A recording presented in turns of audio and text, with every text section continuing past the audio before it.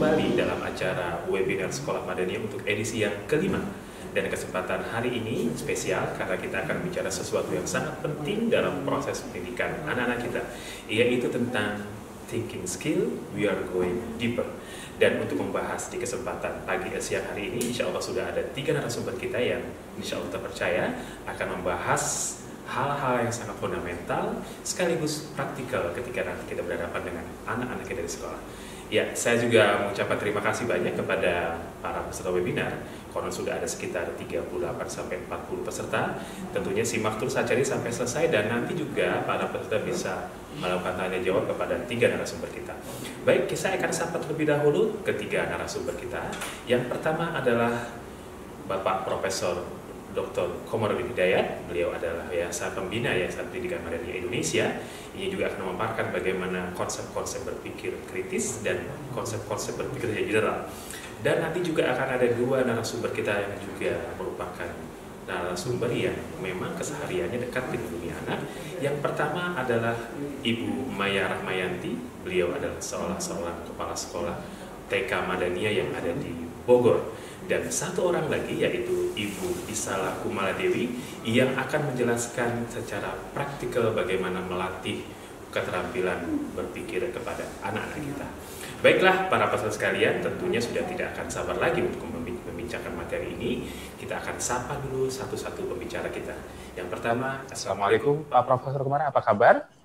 Waalaikumsalam, Alhamdulillah sehat, baik. Alhamdulillah. Nanti kita akan dengarkan paparan Profesor ya. Dan berikutnya kita sapa juga pembicara kita yang kedua, yaitu Ibu Maya yang sudah ada di studio bareng-bareng dengan saya, cuma beda ruangan aja nih. Apa kabar Bu Maya? Baik Pak Arya, Assalamualaikum warahmatullahi wabarakatuh. Waalaikumsalam warahmatullahi wabarakatuh. Sehat Bu ya, insyaallah Bu ya? Alhamdulillah Pak. Sehat. Dan satu lagi kita sapa juga, yaitu Ibu Isana Kumala Dewi. Bu, ini kebetulan di luar studio ya, dia lagi di rumah barangkali ini. Apa kabar Ibu? Assalamualaikum. Waalaikumsalam. Terima kasih. Hari ini saya lagi di sekolah nih Pak, kebetulan. Iya, ketahuan backgroundnya display anak-anak itu Bu ya. Iya, betul. Baik, saya juga sapa semua para peserta webinar yang hadir di kesempatan siang hari ini. Selamat menikmati acara ini ya. Dan kita akan langsung saja ke narasumber kita yang pertama. Dan nanti sekali lagi saya ingatkan, para peserta bisa bertanya terhadap paparan materi yang akan disampaikan oleh 3 narasumber kita melalui Q&A yang ada di webinar ini. Baik, kita akan langsung dulu ke narasumber kita yang pertama, tokoh yang tidak asing lagi buat kita, yaitu Bapak Profesor Dr. Komarudin Hidayat. Pak Profesor, ini bagaimana pandangan Bapak atau pendapat Bapak tentang proses berpikir di kalangan siswa-siswa secara umum, barangkali juga bagaimana sekolah Madani mengembangkan proses berpikirnya untuk melahirkan generasi-generasi yang siap untuk memimpin Indonesia nanti. Gimana Pak? Silakan. Baik, terima kasih.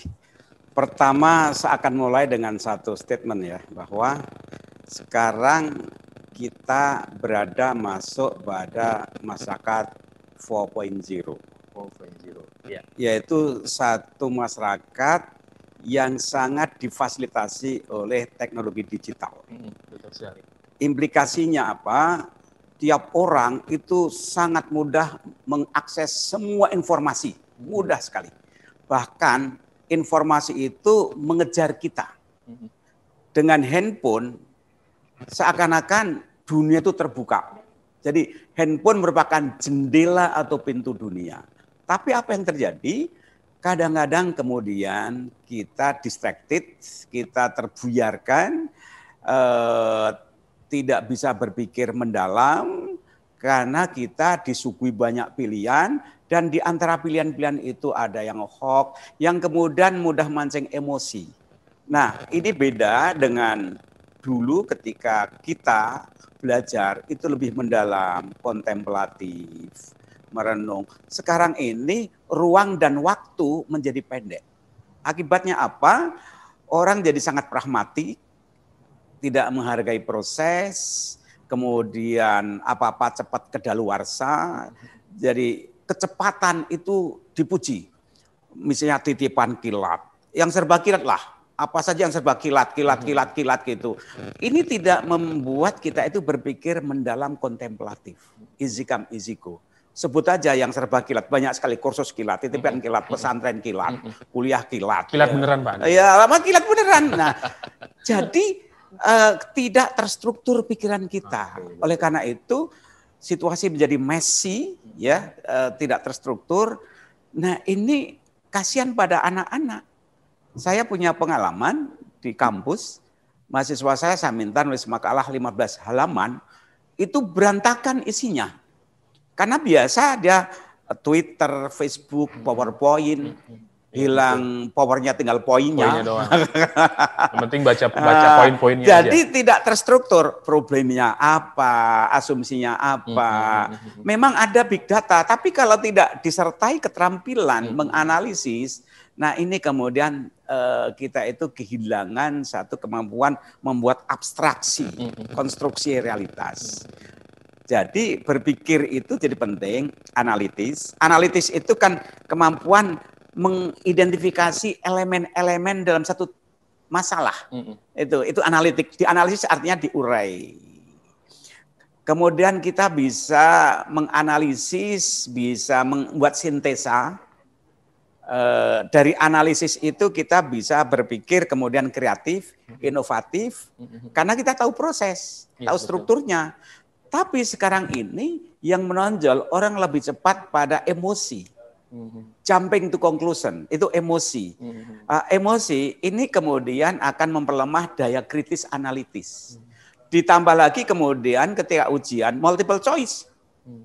Tinggal milih either this or that gitu. Itu ada baiknya bagi guru tidak capek ngoreksi. Cepat. Bikin soalnya lama tapi ngoreksinya cepat, Pak. Iya, tapi anak tidak terlatih. Nah, ini tidak bagus bagi anak untuk mengembangkan multiple intelligences. Dan tidak baik bagi anak untuk eksplorasi, inovasi, memberi kebebasan. Jadi perlu sekali yaitu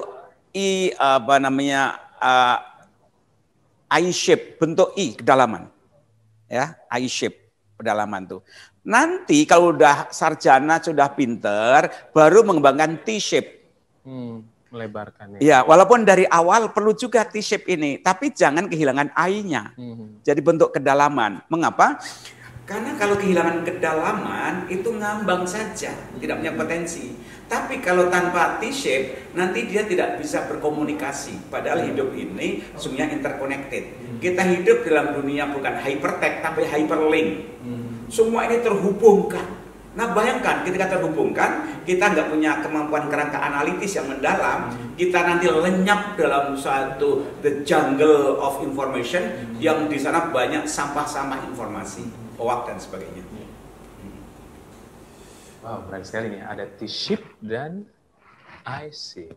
Pak, dalam konteks yang belajar di sekolah, bagaimana pandangan Bapak terhadap proses berpikir anak-anak kita ini? Apa yang harus diperbaiki sebenarnya?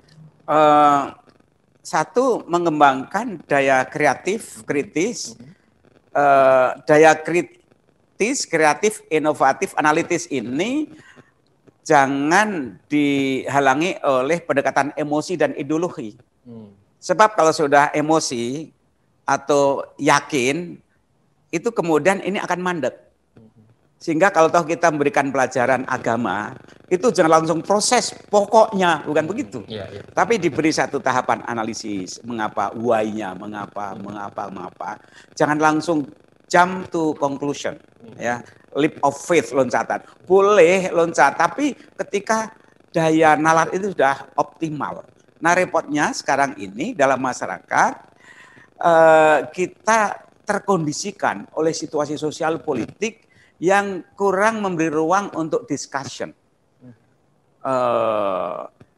Misalnya kumpul-kumpul demonstrasi, kemudian pokoknya yang masif. Apapun yang masif itu cenderung emosi lebih menonjol dibanding logos. Nah, di sekolah tidak begitu. Jadi penalaran kritis logis dikembangkan, tapi dalam pergaulan sehari-hari dia harus dikembangkan namanya social skill. Social skill ini tanpa kemampuan analitik, tidak punya I-shape, nanti dia juga nggak percaya diri. Sebaliknya, walaupun dia punya kemampuan kedalaman eye shape, tapi kalau tidak dilatih kemampuan komunikasi, dia tidak bisa untuk menjelaskan kepintarannya, dan kalau cari kerja repot dia. Seorang leader itu diperlukan T-shape, kemampuan komunikasi, tapi harus punya kedalaman. Sekali baru ketemu lagi nih, istilah baru ada eye shape dan T-shape. Terima kasih Pak Komar. Barangkali ada yang nanti ingin bertanya ya, jangan rekan sekalian peserta webinar. Nanti kita lanjutkan lagi, dan tadi mudah-mudahan bisa memberikan arahan kepada kita betapa pentingnya memelihara dan menajamkan eye skill dan apa namanya Pak? Eye shape, dan kedalaman ya. Kedalaman berpikir, dan juga T-shape bagaimana membuat koneksi terhadap dunia yang sesungguhnya yang sudah cukup banyak orang ini. Baik, terima kasih Pak Komar, dan kita akan masuk ke narasumber kita yang kedua, yaitu praktisi pendidikan juga. Beliau adalah Kepala Sekolah TK Madaniari Bogor. Kita sapa lagi Ibu Maya. Apa kabar? Udah siap belum nih? Insya Allah Pak, siap. Oke, Maya, tadi Prof sudah menjelaskan tuh istilah-istilah baru dan juga pentingnya proses berpikir bagi anak-anak kita. Jangan emosi, jangan ideologi, segala macam. Nah, kebetulan kan Ibu ini pengasuh ya, yang berkecimpung dalam dunia pendidikan, apalagi anak-anak usia dini, anak usia 2 sampai 6 tahun yang memang kalau kita lihat dia konkret aja, hitam ya hitam. Nah, bagaimana menurut pandangan Ibu untuk mengembangkan konsep atau mengembangkan kemampuan berpikir, terutama untuk lebih dalam, ya? Ini boleh dalam nih, kita belum ke T-shape-nya ya, baru dalam nih untuk anak-anak usia dini. Oke Bu Maya, waktunya saya serahkan Bu Maya untuk menjelaskan. Silakan Bu Maya. Oke Pak. Ini nanti saya mau share screen ya, karena kan kalau kita mau ngomongin, kita mau nyemplung nih Pak, mau yang dalam gitu. Ya kita kenal dulu tahu dulu airnya kayak apa gitu kan, ya enggak. Terus kita mulainya perlahan dengan masukin kaki dulu ngetes. Oh ini suhunya terlalu dingin atau terlalu panas gitu kan, kayak gitu. Kita pasti akan mulai dengan itu dulu. Kita mulai dengan seperti itu, sehingga saya pikir saya ingin share screen sedikit supaya kita punya pemahaman yang tepat tentang apa itu proses berpikir ya. Oke.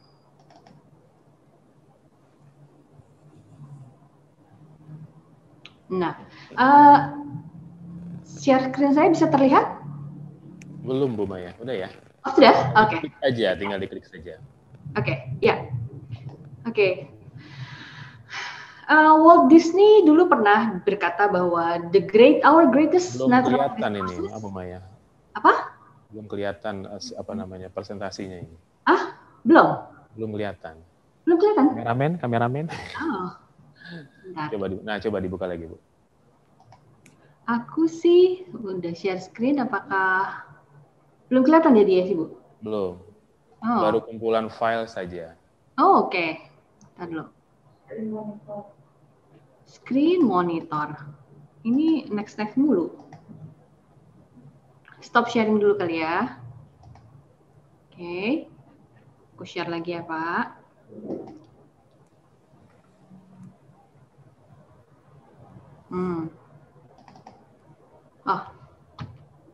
Iya, terlihat Bu. Tapi ini sebenarnya udah ke page sebelumnya. Aku boleh mundur dulu ya. Ya. Oke. Kalau kita bicara tentang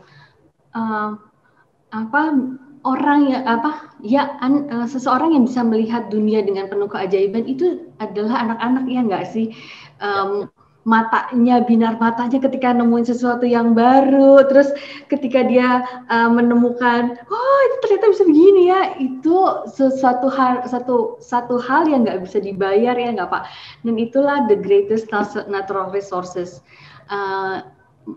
Pemikirannya anak-anak gitu, sehingga memang kita perlu mengembangkan ini gitu, dan tahu dulu gimana sih caranya otak bekerja. Tadi Pak Komar bilang tentang eye shape baru T shape gitu, dan itu memang betul karena memang dari sisi neuroscience caranya otak berkembang itu juga pertama yang dalamnya dulu gitu.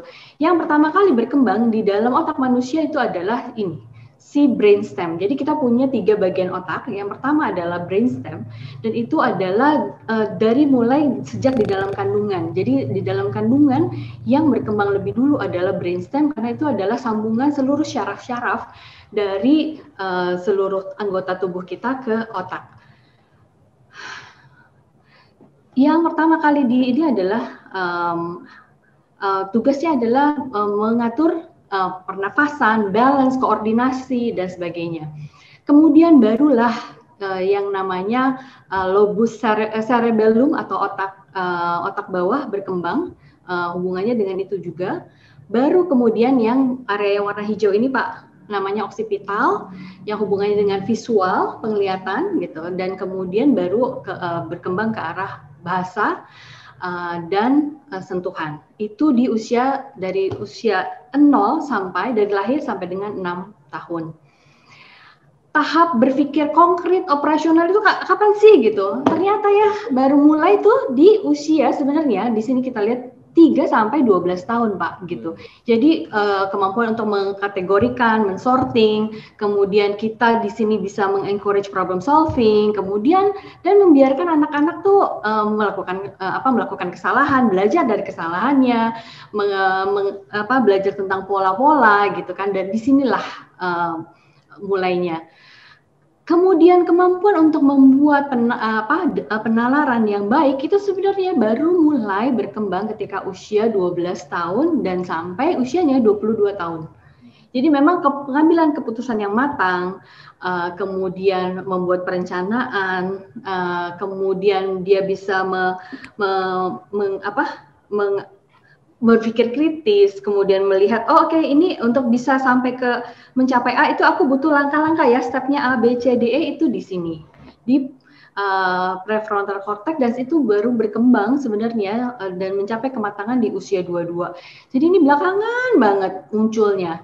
Yang pertama kali dan harus dilatih adalah ini, kemampuan-kemampuan dan yang area bawah ini otak yang hubungannya sama pendengaran, penciuman, sensori, kemudian balance, koordinasi, dan kemudian kemampuan juga untuk mengenali nafas, detak jantung, temperatur tubuh, kemampuan visual. Sehingga memang ini adalah salah satu developmental building block yang sangat populer sekali, terutama untuk para terapis dan para pendidik ABK, karena ini adalah dasar dari segala pencapaian akademik yang sifatnya adanya di sini di atas Pak. Kalau kita kalau bawahnya ini belum benar, nggak mateng, tidak cukup terstimulasi, atas-atasnya ini juga tidak akan terbentuk dengan baik. Itu yang pemahaman itulah yang sebenarnya perlu kita tahu pada saat kita menyusun satu pembelajaran kepada anak-anak TK usia dini, balita 2 sampai 6 tahun gitu. Oke. Tadi kita udah bicara ya, dan ini sangat sesuai sekali dengan tahap kematangan otak tadi ya gitu. Sehingga kemudian aktivitas-aktivitas apa sih yang bisa dipakai untuk mengembangkan proses berpikir? Kalau kita berpikirnya kalau masuk sekolah yang penting anaknya bisa baca, tulis, hitung gitu. Ya, gitu. Tapi itu nanti gitu. Yang pertama kali harus dikembangkan adalah sebenarnya bermain yang sifatnya sensori. Berapa banyak dari ibu dan bapak yang mengizinkan anaknya pegang tanah, main lumpur, di hujan, main hujan-hujanan? Banyak atau ada yang mau ngaku? Aduh Bu, nanti sakit anaknya gitu kan, nanti flu, nanti batuk gitu. Enggak kok gitu loh, batuk, flu, dan sebenarnya itu kan sebenarnya reaksi tubuh juga ketika mereka sebenarnya beradaptasi dengan benda asing. Dan itu sebenarnya dengan anak batuk atau pilek atau apa kan sebenarnya mereka sedang mengembangkan imun sistem, ya enggak? Iya betul. Kita ini waktu itu sempat selamat dari flu burung ya Pak, kalau nggak salah. Kita nggak sampai pandemi COVID yang sekarang ini. Salah satu dugaannya karena orang Indonesia, India, dan negara-negara berkembang itu agak jorok. Benar nggak? Sehingga kita cukup punya imun sistem yang baik, dan itu membuat tubuh kita mampu melawan flu dibandingkan negara-negara yang lebih steril, yang tidak terpapar banyak hal-hal yang kotor dan jorok. Dan by the way, tanah itu tidak jorok ya, gitu. Kan kita juga disuruh sama Nabi suruh mensucikan dengan debu, bukan gitu. Sehingga memang menurut saya banyak sekali rangsang-rangsang syaraf yang terbentuk dengan bermain sensori ini. Ketika anak menyentuh pasir, menyentuh tanah, menyentuh itu sebenarnya kan rangsang apa? Rangsang kulit Bapak Ibu, rangsang taktil. Dia lihat, dia raba, dia pegang gitu kan. Kemudian dari si manipulasi hal-hal yang sifatnya sensori ini, mereka belajar apa sebenarnya? Banyak sekali gitu. Mereka belajar konsep tentang kita isi botol yuk gitu, atau isi tuang. Mereka belajar nggak cuma motoriknya aja gitu kan, belajar nuang, tapi juga kemudian mereka belajar measuring. Nggak sadar mungkin, tapi mereka belajar juga konsep tentang kosong dan isi. Oh ternyata kalau diisi dia bisa dari kosong jadi penuh ya gitu kan. Kemudian belajar menuang, kemudian belajar juga untuk mengukur kan sebenarnya, oh butuh berapa sendok ya sampai ini penuh gitu, berapa isinya gitu. Hal-hal seperti itu kan sesuatu yang sebenarnya kita bisa tanyakan dan kita bisa rangsang pada anak sambil anak-anak bermain. Kemudian keterampilan aktivitas yang kedua yang sering kali kelewat gitu sama orang tua nih, ngapain sih belajar musik gitu kan, atau ngapain sih belajar dansa atau senam atau apa gitu, nggak penting banget deh gitu kan. Enggak gitu, justru dari keterampilan dan musik dan movement ini gitu, kemudian dari aktivitas sport itu kan sebenarnya dia belajar banyak. Dia belajar gimana caranya mengontrol postur tubuhnya.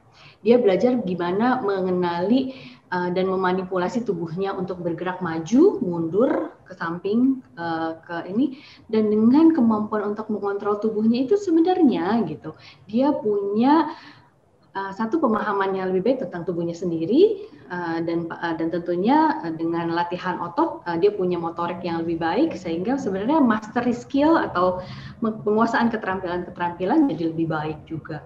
Musik itu banyak sekali penelitian yang bilang bahwa musik itu sangat erat kaitannya dengan kemampuan kognitif, kemampuan berpikir gitu kan, inteligensi dalam artian begitu. Dan kemudian juga dengan belajar mengenali musik sebenarnya anak juga mengenali pattern, pola. Jadi jangan salah ketika kenal musik gitu kan, itu kan ada serangkaian nada-nada ya gitu kan. Dan dari belajar serangkaian nada-nada itu kan sebenarnya dia juga belajar tentang pola. Pola itu kan juga sebenarnya merangsang yang namanya higher thinking juga, higher thinking process gitu loh. Jadi sebenarnya ini adalah satu activities juga yang baik dan memang diperkenalkan di usia dini untuk sebenarnya tujuannya pada akhirnya adalah mengembangkan proses berpikir juga. Oke. Nah, ini adalah favorit saya karena minat baca orang Indonesia itu sedih ya, urutan keberapa ya Pak? Aku lupa, berapa ratus gitu ya dari seluruh negara di dunia gitu, urutan membaca kemampuan membaca kita gitu. Bapak dan Ibu jangan males untuk read aloud sama anak-anak. Kita nggak harus ngarang kok, kita nggak harus ngarang ngarang bukunya gitu. Bukunya banyak tersedia sekali dan semakin kecil anaknya sebenarnya yang kita butuh adalah buku yang semakin tebal. Maksud saya bukan tebal, bukunya tebal ya, lembarannya tebal supaya gak gampang sobek. Biasanya mereka udah desain tuh para pembuat buku itu sebenarnya yang age appropriate. Ya, age appropriate yang seperti apa sih? Nah itu yang seperti guru saya contohkan itu ya gitu.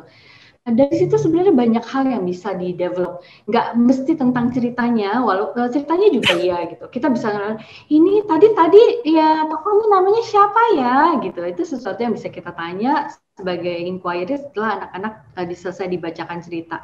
Tapi banyak hal sekali yang terangsang dan terstimulasi dari kemampuan membaca. Kemampuan untuk selain bahasa, kemudian tonasi suara gitu kan, anak juga belajar tentang warna, tentang aktivitas, identitas, tentang moral story juga gitu kan. Banyak hal yang bisa kita develop dari kemampuan membaca ini. Kemudian dramatic play. Di situ kan anak belajar tentang peran-peran. Mau jadi Pak Polisi, kemudian emang Pak Polisi tugasnya apa sih gitu. Dan mereka bisa mengembangkan imajinasinya, kemudian kemampuan berpikir, kemudian juga banyak hal yang terangsang dari kemampuan berpikir. Oke, nah ini yang penting dan perlu dan kadang-kadang suka dilupakan. Yang pertama adalah kenapa di sekolah berhasil sih Bu? Kok anaknya mau sih gitu? Kalau di rumah enggak gitu. Jangan lupa Bapak Ibu, kalau di sekolah itu ada yang namanya setting dan ada boundary. Nah itu yang kadang-kadang lupa kita setting dan kita bikin boundary di rumah gitu. Ada tempat, ada waktu dan ada tugasnya. Itu yang kadang-kadang lupa nih gitu, makanya anak berantakan di mana-mana terus ibunya stres, nggak usah deh, nggak usah belajar, nggak usah main aja, berantakan gitu kan, jadinya begitu gitu kan pada akhirnya gitu ya. Demi supaya emaknya nggak harus beberes gitu kan Pak gitu, padahal enggak Rumahnya gitu. mau berantakan ya. Iya Pak. Rapi gitu ya, kalau berantakan ibunya pusing semua. Pusing Pak gitu ya, apalagi ini 24 jam loh sama anak Pak gitu kan, nggak ada waktu sama sekali gitu. Ngeliat rumah berantakan tuh kayaknya menambah level stres ibu sekian persen lah gitu kan pasti. Nah itu satu yang ada, jangan lupa untuk setting boundary. Jadi siapin sebenarnya corner yang khusus untuk tempat bermain, siapin tempat di mana anak bisa taruh mainannya setelah mereka selesai pakai, dan ada waktunya gitu, kasih aja mereka waktu bermainnya sampai sekian ya sayang gitu, dan abis itu kita makan. Nah itu sebenarnya udah bantu anak punya boundary. Dengan punya boundary itu sebenarnya mereka jadi tahu batasan kok gitu, belajar untuk tahu bahwa sebenarnya yang namanya resource, yang namanya waktu itu terbatas gitu. Ada tempat tertentu, ada situasi tertentu di mana mereka boleh, di mana mereka enggak. Oke. Kemudian yang kadang-kadang lupa itu adalah kita lupa untuk kasih positive comment gitu kan. Kalau misalnya ini mereka nggak berhasil, itu kita nggak yang ya nggak bisa gitu, tapi kerja yang bagus, terima kasih udah mau mencoba gitu. Kemudian juga gunakan ini apa namanya open minded gitu loh. Kita mau merangsang anak-anak untuk berpikir terbuka kan gitu. Jadi kita harus juga tanyakan gimana menurut kamu gitu kan. Ini pertanyaan yang bagus, kita cari tahu sama-sama yuk, atau kok kamu bisa sih, coba tunjukin gimana caranya kamu gitu. Dan kemudian juga kasih pilihan. Nanti mungkin Bu Ishana ya, Bu Hana nanti akan bantu untuk jelasin lebih jauh lagi tentang apa aja sih yang bisa dilakukan. Nah, tolong dan Bapak Ibu, please listening it show kids they matter. We love them and their words are important. Menurut aku ini adalah kalimat yang menohok sekali gitu. Jadi buat saya kemampuan kita dengerin anak tuh gimana sih gitu. Anak tuh ngerasa diwongke nggak? Anak tuh ngerasa didengerin nggak sebagai orang? Kalau enggak, maka itu akan pengaruh juga sama hubungan mereka terhadap persepsi mereka terhadap diri mereka sendiri, dan kemudian juga mempengaruhi hubungan mereka dengan orang lain. Akhirnya apa? Akhirnya nanti larinya ke internet, gadget sebagai teman mereka kan gitu. Kita kan nggak mau itu. Gitu. Dan ini satu yang kadang-kadang kita suka nggak tega atau kasihan, kita rescue, ya nggak? Sini mama bantuin, atau kita rescue anak dari ngerasain emosi tertentu. Udah nggak usah nangis, nanti dibeliin ya, atau ini lihat satu gitu. Jadi emosi itu nggak pernah diterima sebagai sesuatu yang it's okay loh, kamu ngerasa sedih dan kamu ngerasa marah, tapi emosi itu sesuatu yang kita nggak pernah latih sama anak. Kita melatih anak untuk mengalihkan. Dan itulah yang akhirnya nanti jadi sumber masalah-masalah, biasanya masalah emosi dan masalah sosial ketika mereka masuk remaja dan dewasa nanti. Oke. Terus label ya, udah tahu lah ya, jangan melabel anak dengan sesuatu yang kamu sih gak dengerin mama, kamunya bandel sih, dan sebagainya. Kayak gitu, itu membuat dia ngerasa punya persepsi yang juga nggak baik tentang dirinya sendiri. Oke. Terus Bapak dan Ibu, please luangin waktu untuk anak Anda. Nggak perlu lama-lama, 15 menit sehari, tapi quality time di mana? Yuk kita sama-sama sepakat ya, no gadget, mama, ini adalah waktu spesial mama atau papa sama kamu. Itu adalah hadiah paling istimewa. Karena waktu kita bukan sesuatu yang kita bisa ambil kembali. Oke, itu dari saya.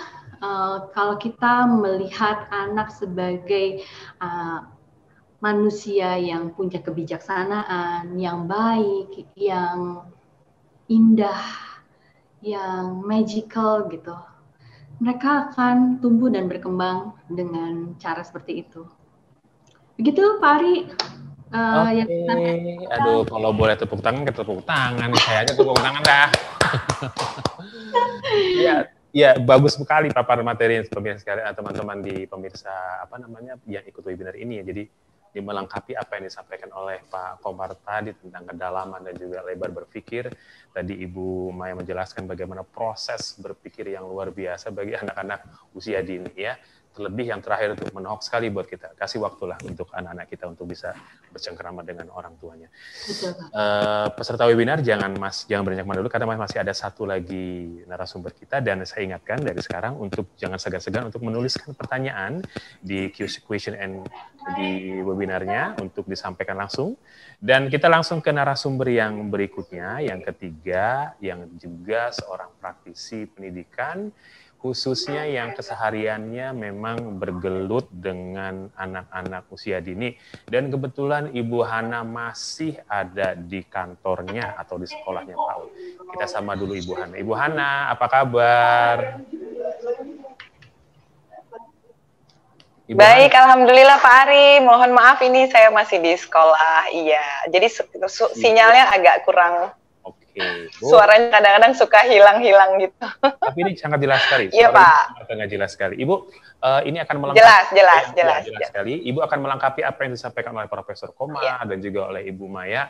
Keseharian Ibu dalam membangun keterampilan berpikir anak-anak, kesehariannya bersama anak-anak PAUD itu praktikalnya seperti apa, dan juga berikan tips-tips buat orang tua juga di rumah gitu. Barangkali bisa melatih anak-anaknya itu untuk berpikir seperti yang apa diajarkan di sekolah. Ibu, waktunya saya berikan. Silakan Ibu Hana. Iya, terima kasih Pak Ari. Jadi seperti apa yang sudah dipaparkan oleh Ibu Maya sebelumnya, memang apa yang kami lakukan di sekolah kurang lebih seperti itu ya. Selain practical life yang kita lakukan, juga sensori kelima panca indera yang kita kembangkan. Kemudian ada kegiatan music and movement. Jadi jangan heran kalau di sekolah kita sering nyanyi-nyanyi, nari-nari, karena memang iya, jadi kayak joget-joget ya, karena memang itulah pembelajaran yang kita lakukan di sekolah. Nah, untuk pelaksanaan secara praktikalnya di sekolah mengenai kemampuan thinking skill tadi, jadi ada beberapa kegiatan yang kita lakukan ya Pak Ari. Jadi untuk kegiatan matematika contohnya, jadi ada beberapa kegiatan seperti contohnya kegiatan pattern, yaitu menyusun pola. Kemudian jadi contohnya anak-anak akan diberikan contoh menyusun pola 1-1 atau 1-2. Nah, mereka akan diberikan waktu untuk berpikir ya, apa sih kira-kira setelah 1 merah, 2 biru, apa selanjutnya gitu. Jadi mereka harus melanjutkan pola tersebut dan pola itu akan berganti-ganti. Kemudian mereka juga melakukan kegiatan puzzle. Puzzle itu juga kita lakukan di sekolah, mengasah kemampuan mereka berpikir. Kemudian ada lagi classifying things. Jadi mereka memisahkan mana sih, misalnya kita sedang belajar hewan ya, memisahkan hewan mana yang tinggalnya di hutan, hewan mana yang tinggalnya di peternakan misalnya. Jadi mereka sebenarnya itu merasa bahwa oh lagi main kok ini, lagi membicarakan binatang. Padahal sebenarnya kita sedang mengasah kemampuan berpikir mereka dalam mengklasifikasi masing-masing jenisnya. Begitupun dengan kendaraan misalnya. Nah, untuk kegiatan bahasa misalnya yang kita lakukan, selain kegiatan bercerita atau storytelling, kita juga selalu berdiskusi dengan anak-anak melalui mengajukan pertanyaan WH question. Jadi dengan what, where, why, who gitu. Jadi setiap kali kita bercerita, mereka akan kita tanya, oh begitu menurut kamu ya. Kira-kira apa yang akan terjadi setelah ini? Kemudian siapa tadi yang melakukan ini gitu. Jadi mereka terus diasah kemampuan berpikirnya pada saat melakukan setiap kegiatan. Kemudian kita juga menanyakan perasaan mereka. suka nggak sih yang ini? Kenapa kamu nggak suka? Kalau memang mereka suka, apa alasannya? Gitu. Jadi mereka terbiasa untuk melakukan memikirkan jawabannya kalau itu adalah pilihan mereka gitu ya. Nah, yang setelah itu ada kegiatan role play. Tadi Bu Maya juga sudah mengungkapkan. Jadi itu kegiatan role play itu kegiatan yang paling digemari anak-anak. Kesannya kayak seperti bermain ya, tetapi pada saat role play itu mereka justru berpikir loh, aku jadi siapa? Temanku jadi siapa? Alat apa saja yang harus aku gunakan untuk menjadi seseorang ini gitu ya. Nah, yang paling favorit lagi adalah kegiatan guessing games yang kita lakukan di sekolah. Jadi kita tebak-tebakan. Kesannya kayak main-main ya Pak Arya. Wah, kok di sekolah kerjanya tebak-tebakan aja nih gitu. Padahal pada saat tebak-tebakan itulah kita membuat mereka berpikir gitu dari pertanyaan itu, what am I? I live in the jungle. I like to eat leaf, and then I have a long neck. Coba Pak Ari, apa jawabannya? Jerapah ya. Ih, pinter. Pasti sekolahnya di Madania ya. Iya, Bu. Udah lewat itu. Iya, udah lewat ya. Iya, jadi banyak sekali kegiatan yang kami lakukan di sekolah untuk membangun thinking skill mereka. Nah, tetapi tugas itu juga tidak hanya dilakukan di sekolah, Pak Ari. Jadi untuk di rumah, orang tua juga bisa melakukan hal yang sama. Contohnya misalnya, ini untuk aplikasi di rumah ya, tips-tips untuk orang tua untuk meningkatkan thinking skill anak-anak yang berada di rumah, yaitu salah satunya tadi yang sudah disebutkan Bu Maya, yaitu open-ended question. Jadi kita menanyakannya itu tidak hanya dengan jawaban iya atau tidak, tetapi kita bertanya dengan jawaban yang bisa beragam. Misalnya bukan hanya kamu makan ini ya, gitu. Atau kamu nggak usah makan ini, bukan itu, tapi kamu mau makan yang mana? Berikan beberapa pilihan kepada anak-anak, give them choices gitu. Nah, kemudian setelah mereka sudah memilih, apa yang harus kita lakukan ketika pilihannya itu kurang tepat gitu Pak. Misalnya mereka kita kasih pilihan, oke, kita hari ini mau pergi ke pesta ya, gitu. Coba kamu pilih mau pakai baju apa. Terus dia bilang, aduh saya mau pakai baju bola misalnya. Nah, mungkin kita tidak langsung, oh jangan, tidak langsung begitu, tapi kita bilang, oh mau pakai baju bola, bagus sih bajunya, coba, tapi menurut kamu kira-kira kalau kita pergi ke kawinan atau ke undangan, pantasnya pakai baju apa? Biarkan mereka berpikir sendiri, biarkan mereka memutuskan sendiri. Kemudian kita bilang, kalau kira-kira ayah pergi ke kawinan pakai baju bola, menurut kamu orang-orang akan menilai seperti apa gitu. Jadi kita berikan mereka, kita diskusikan apa pilihan mereka itu. Jadi mereka sendiri yang memutuskan pilihan aku tepat nggak ya gitu.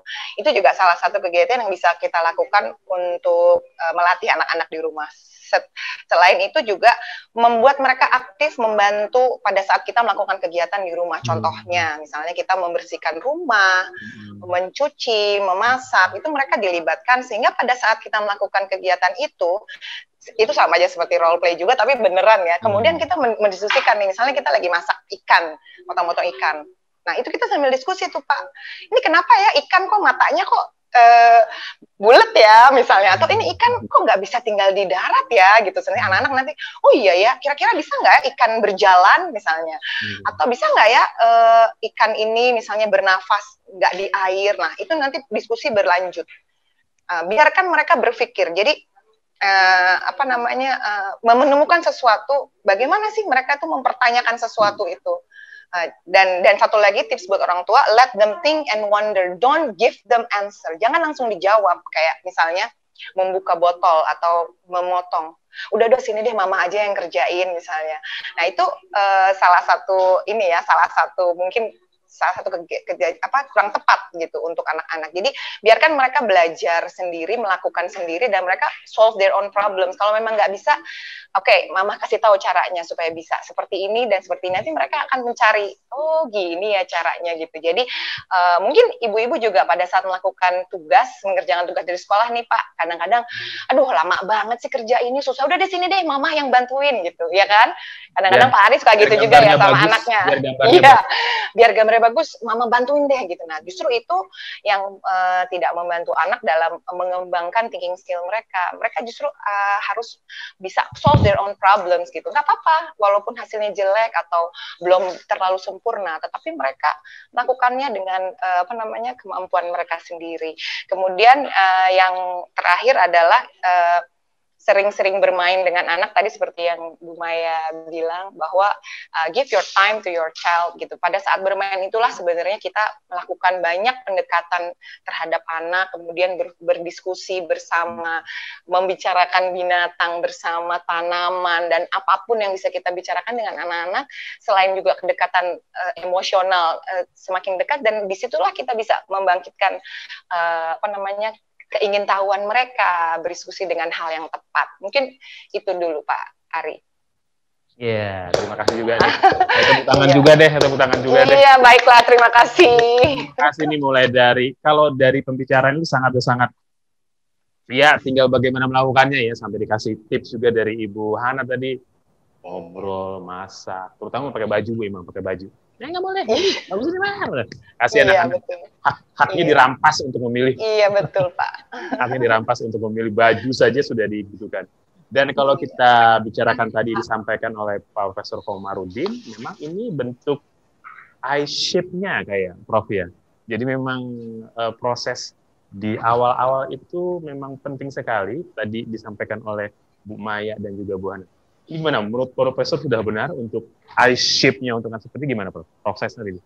Iya, I-shape itu mencakup satu pendalaman pengetahuan, yang kedua memperkuat identitas pengenalan diri. Betul. Jadi anak diberi peluang untuk berekspresi, untuk bersikap, untuk berpikir, dan jangan kemudian seperti di orang tua nabung, tidak, tapi ini kreasiku, ini diriku. Kalau dari kecil kemudian dia punya tabungan memori yang banyak, aku berpikir, aku menentukan, aku bisa berdialog, kemudian orang tuanya itu semacam partner kan, jadi orang tua jangan buru-buru menang, tapi dia mencoba memposisikan sebagai kawan dialog, maka ini sungguhnya secara bertahap akan memperkuat anak itu asertif, dia lebih percaya diri, dan dia kemudian juga tambah pengetahuannya tentang satu objek itu. Berarti apa yang sudah dilakukan oleh teman-teman guru di Madani Rumah TK sudah benar ya untuk? Oh iya, saya amati cucu saya kan di sini semua, itu saya juga terkesan, misalnya kalau gambar matahari tidak selalu harus kuning, ya kan? Misalnya, gunungnya kan? ada dua, tengah-tengahnya matahari. Contohnya seperti itu. Dan dia, jadi kalau dalam istilah Ki Hajar Dewantara, pendidikan itu kan ATM, amati. Tiru. Jadi suruh amati. Gitu. Ketika mengamati, dia sebenarnya mengaktifkan sensorinya, pikirannya, ada daya empatinya, komprehensinya, amati. Lalu tiru, ketika tiru itu bisa juga tiru dalam pikiran dia, imajinasi. Tiru, kemudian guru, orang tua untuk memberikan kesempatan modifikasi. Bisa enggak kamu membuat model yang lain? Jadi di situ ada amati, tiru, modifikasi. Ada satu proses pemahaman, proses keterampilan, tapi juga proses kreativitas yang sederhana saja. Saya amati anak-anak, ya anak cucu saya di sini itu kadang di luar dugaan berpikirnya, mungkin karena oleh gurunya memang tadi didorong jangan sama. Ada satu penelitian, ini menarik ya, judul bukunya Geography of Thought.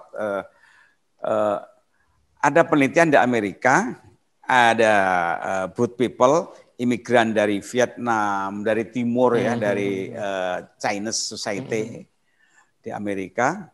Kemudian yang satu lagi masyarakat Barat, dikasih mainan, ngumpul ke banyak berantakan, pulpen, pensil, warna-warni. Kemudian suruh ngumpulkan. Menarik. Yang dari Timur, keturunan Timur, Chinese itu, dia ngumpulkan jenis pensil, pulpen, bola yang satu warna. Mengutin. Sementara yang dari Barat, itu yang warna-warni. Aneka ragam warna ya. Jadi ini kan menarik. Mungkin sekali orang tuanya mendidik yang di Barat itu untuk kemampuan berpikir keluar, menghargai keragaman, memperkaya keragaman, eksplorasi, betul. eksploratif. Sementara yang di Timur itu cenderung yang seragam. Nah sekarang bagaimana kita menghargai, dalam hal apa kita menghargai keseragaman. Sebab ada hal yang seragam itu. Misalnya dalam hal kemanusiaan, kejujuran, dan sebagainya penting itu. Tapi di dalam kreasi, inovasi, kita tekankan agar anak itu kemudian juga beragam. Ini perlu di apa namanya perhatikan. Dalam hal apa anak itu jangan sama. Jadi dalam hal apa memang kita perlu sama. Ya. Ya, terima kasih Pak Profesor. Tadi sedikit kesimpulan, bukan kesimpulan, sudah nyambungin apa yang disampaikan dari awal Pak Komar, ada Bu Maya, dan juga ada Bu Hana tentang iShift dan sebagainya. Nah, ini sudah ada pertanyaan yang masuk ke studio kita. Ada kebetulan pertanyaan satu orang dapat satu, Profesor sudah ada pertanyaan satu lagi, kemudian Bu Maya dan Bu Hana juga ada pertanyaan. Nah, Pak, ini pertanyaan pertama untuk Pak Komar dulu nih. Ini dari Iman Taufik Yulisman. Ini kalau nggak salah alumni sekolah kita nih, Pak. Nih. Oh iya, Iman Taufik. Saya Iman Taufik, Pak. Dari Irian ya? Oh, bukan. Oke. Iman Taufik, ya. Dia nanya begini nih Pak, mengapa kita harus memilah-milih informasi yang kita dapatkan dari handphone maupun media lainnya? Gimana Profesor? Ya. Iman nanya nih. Ini satu saat perlu ada topik khusus ya, namanya coding literasi. Coding literasi. Karena kita ini sekarang tidak saja disuruh hunting informasi, tapi kita selecting informasi, kemudian mensintesikan informasi. Jadi kembali kepada satu pikiran kritis, kewaspadaan, kehati-hatian, jangan mudah percaya. Kalau kita baca buku itu jelas pengarangnya siapa, penerbitnya tahun jelas, berapa. Baca surat kabar juga jelas, korannya apa. Tapi begitu kita baca di medsos, entah Wikipedia atau Google, positifnya kita dapat informasi awal. Tapi kadang-kadang kita tidak bisa melakukan verifikasi. Siapa bertanggung jawab informasi itu? Betul. Walaupun itu Wikipedia, kita tidak tahu. Itu bentuk baru dari share knowledge. Knowledge share, itu positifnya. Tapi negatifnya kadang-kadang kemudian kita tidak tahu lagi siapa yang bertanggung jawab. Lebih-lebih di medsos, di WA. Oleh karena itu, berita apapun yang satu merugikan orang lain, jangan di forward. Kedua, yang itu hanya tidak logis dan memancing satu kecurigaan, perpecahan, penghinaan. Kalau penghargaan bolehlah, tapi kalau informasi sudah sifatnya itu buzzer-buzzer itu kan ada kecenderungan karakter assassination. Nah, yang gitu-gitu udahlah, Jangan sampai kita jadi garbage collector. Ya. Kita punya cawan hati, pikiran, masa kita isi sampah-sampah ya? Kan sayang sekali. Betul. Kalau Anda punya almari pakaian mana yang boleh masuk almari? Yang bersih. Yang kotor ya belakang kan. Kalau Anda punya meja, mana yang boleh di meja? Yang enak, yang lezat, yang bergizi. Lebih-lebih di hati dan pikiran. Maka orang tua dan anak-anak kita dampingi, jangan sampai handphone, TV itu menjadi pintu masuk garbage kepada ruang rumah kita dan rumah hati dan pikiran kita. Oke, mantap sekali. Iman jelas ya. Nah, jadi siapin tuh kalau Iman punya lemari, gampangnya pasti diisi dengan baju-baju yang bagus-bagus. Sekali lagi terima kasih Profesor. Masih ada dua pertanyaan lagi sebenarnya. Ya. Ini pertanyaan yang berikutnya untuk Ibu Hana dan Ibu Maya sekaligus. Ya, pertanyaannya sederhana sekali. Tadi dipaparkan bagaimana prinsip dan praktikalnya di sekolah. Pertanyaan dari Ibu Ella nih untuk kedua Bu Maya dan Bu Hana. Ini kan lagi PJJ online. Nah, triknya bagaimana nih menghadirkan pembelajaran yang seperti tadi secara online. Nah, ini orang tua nanya. Silakan mungkin Bu Maya atau Bu Hana lebih dahulu yang akan menjawab pertanyaan ini. Bu Hana dulu barangkali deh. Bu Hana, gimana Bu Hana? Online kan lagi PJJ nih sekarang nih, nggak ketemu anak-anak di sekolah. Iya, betul. Iya, memang. Ya, terima kasih. Memang untuk PJJ ini kami mengharapkan kerjasama dengan orang tua untuk melakukan berbagai kegiatan ya. Jadi kita memang masing-masing membagi tugas apa yang bisa kita lakukan di sekolah dan juga apa yang bisa dilakukan di rumah. Nah, tadi tips yang tadi dilakukan itu memang kami berharap bahwa orang tua dapat melakukannya juga. Nah, kemudian kalau untuk PJJ memang memang ada hambatan ya Pak Ari ya. Kalau mungkin yang bisa kita lakukan adalah pada saat kita melakukan kegiatan online, banyak yang kita bisa pertanyakan ke anak-anak. Jadi kita tidak langsung memberitahu bahwa oh ini adalah ini gitu. Menurut kamu gitu. Misalnya kita sedang menonton cerita, kemudian Kita tanya lagi, kita pause gitu ceritanya. Kemudian kita tanya, oke, kira-kira menurut kamu gitu, akhir cerita ini bagaimana ya? Kemudian kita kasih pilihan-pilihan, kemudian kita kasih mereka pertanyaan-pertanyaan, mungkin itu yang bisa kita lakukan. Wah, intinya ada kerjasama nih dengan orang tua di rumah. Betul, kerjasama dengan orang tua juga. Sekaligus jadi ada ibu, bapak, guru, murid. Jadi sekaligus tuh belajar bareng-bareng ya di PJJ. Apalagi anak PAUD kalau nggak didampingi kan repot diminta game sudah ya. Betul sekali. Oke, Bu Hana, terima kasih jawabannya tepat sasaran. Nah, saya minta kemudian bukan jawaban, sharing juga dari Ibu Maya terkait pertanyaan yang sama dari Ibu Ella. Silakan. Pengalaman saya sebenarnya banyak sekali hal yang bisa dilakukan di rumah ya Pak, gitu. Mulai dari yaitu aktivitas keseharian kayak tadi Bu Hana sharing soal masak aja gitu. Berapa banyak sih anak kita yang tahu jahe itu kayak gimana sih bentuknya, bedanya sama lengkuas apa yo. Itu kan sesuatu yang sebenarnya bisa kita kenalkan pada saat anak-anak memasak. Biarkan anak-anak pegang, cium, terus raba, terus kalau ini dipegang keras ya gitu kan, dan belanja Bu ke pasar terdekat-dekat rumah, belanja jahe. Betul Pak, coba kalau misalnya pas lagi ke warung atau ada tukang sayur lewat gitu, ini apa deh namanya, warnanya apa gitu kan, kita mau masak apa, mau makan apa hari ini, kan itu sesuatu yang bisa ditanya. Oh kalau misalnya masak sayur asam, berarti yang kita butuhin adalah ini kita sebutin. Cabai deh, mana yang namanya cabai, itu kan sesuatu sebenarnya hal yang kecil yang bisa banget dilakukan di rumah.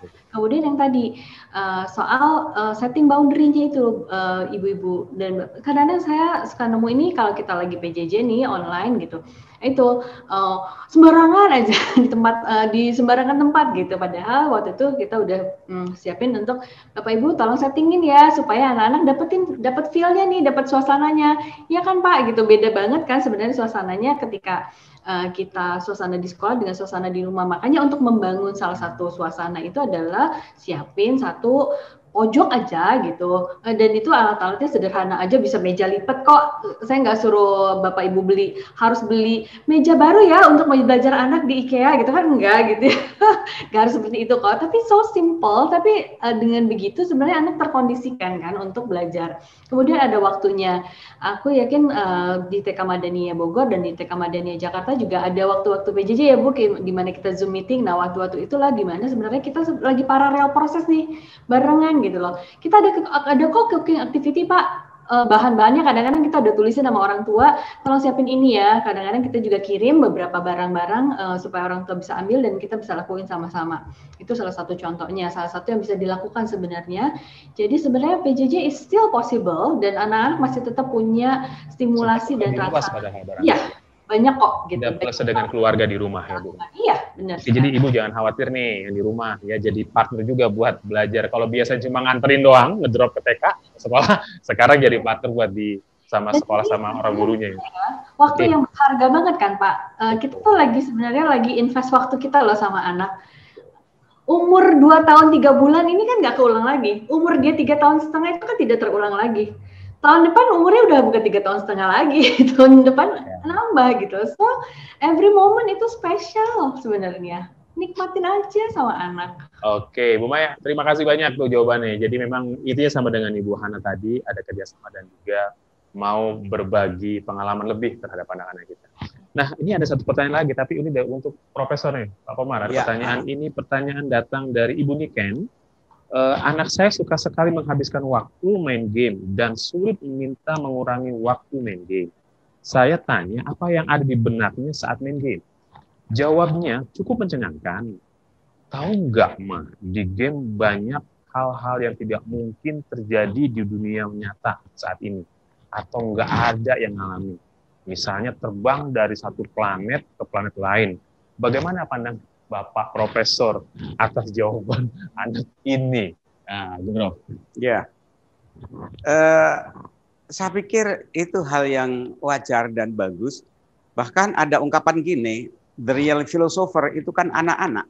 Yeah. Karena mereka kalau bertanya tidak sungkan-sungkan, tidak malu-malu, tidak takut, mereka bebas berimajinasi.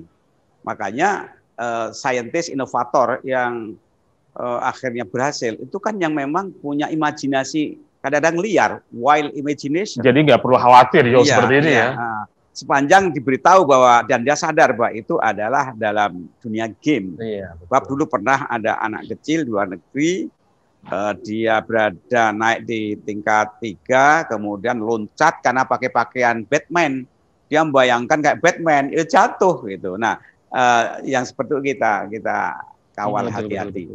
Yang berikutnya, kadang-kadang saya berpikir, mengapa anak kecil itu lebih genuine?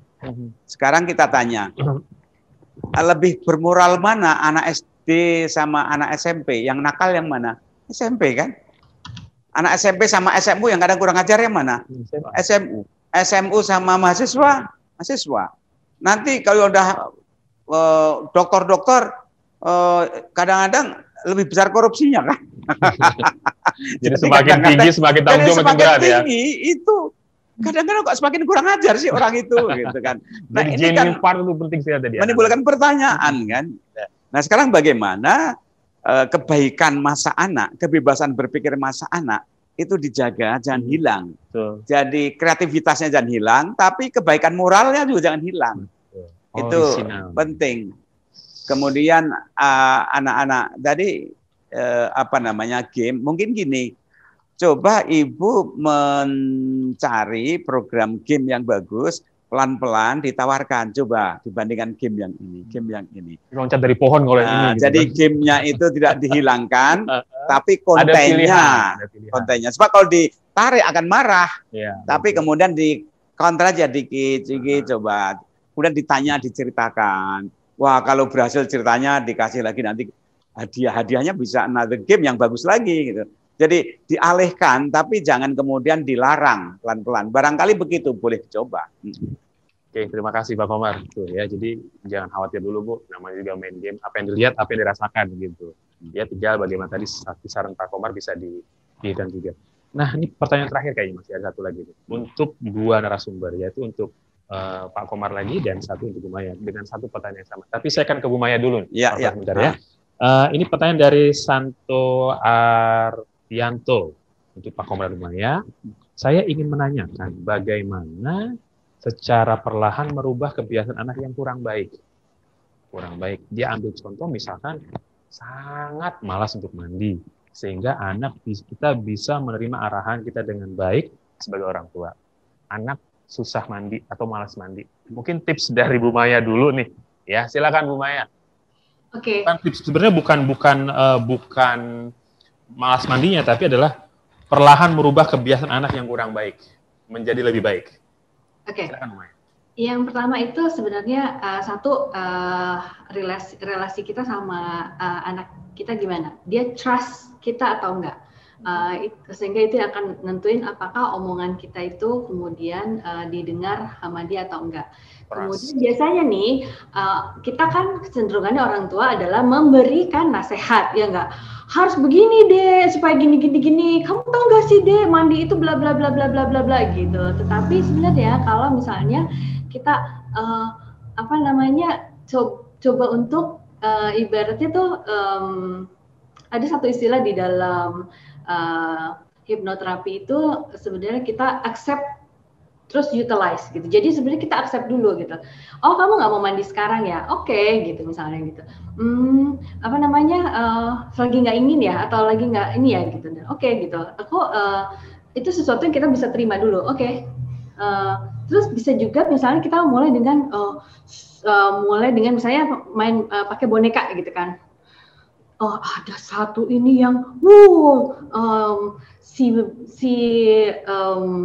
si Roro tidak suka mandi gitu kan. Kemudian teman-temannya menjauh ketika bermain dengan dia gitu misalnya. Roro bau misalnya kayak gitu-gitu ya. Itu bisa juga misalnya kita merangsang kalau anaknya masih kecil gitu dengan cerita gitu. Jadi dia tahu bahwa kalau nggak mandi itu ada konsekuensinya. Roro kemudian main sendiri dan badannya merasa gatal gitu kan. Nah itu kan gitu salah satu misalnya efek dari misalnya nggak mandi gitu. Itu salah satunya ya yang bisa dilakukan. Terus sebenarnya gini, kalau kita mau memaksakan sesuatu demi kita gitu, karena kitanya yang nggak betah gitu, itu biasanya nggak akan berhasil sih sebenarnya. Jadi memang Nah, biarin itu muncul dari, atau misalnya gini, oke, kita mau main ini ya, gitu. Sehingga itu bisa juga misalnya, oke, main sesuatu yang dia suka. Misalnya, kamu mau main handphone ayah, atau kamu mau main sesuatu, mau main apa ya sama ayah gitu kan misalnya. Oke, tapi sebelumnya ayah mau kamu mandi dulu. Jadi pilihannya kamu mau mandi sekarang, sebelum main atau sudah main misalnya gitu. Dan do it gitu. Atau kasih waktu dulu, karena biasanya misalnya dia nggak mau melakukan sesuatu aktivitas yang kita minta itu karena mengganggu sesuatu yang lagi dia kerjain asik nih gitu.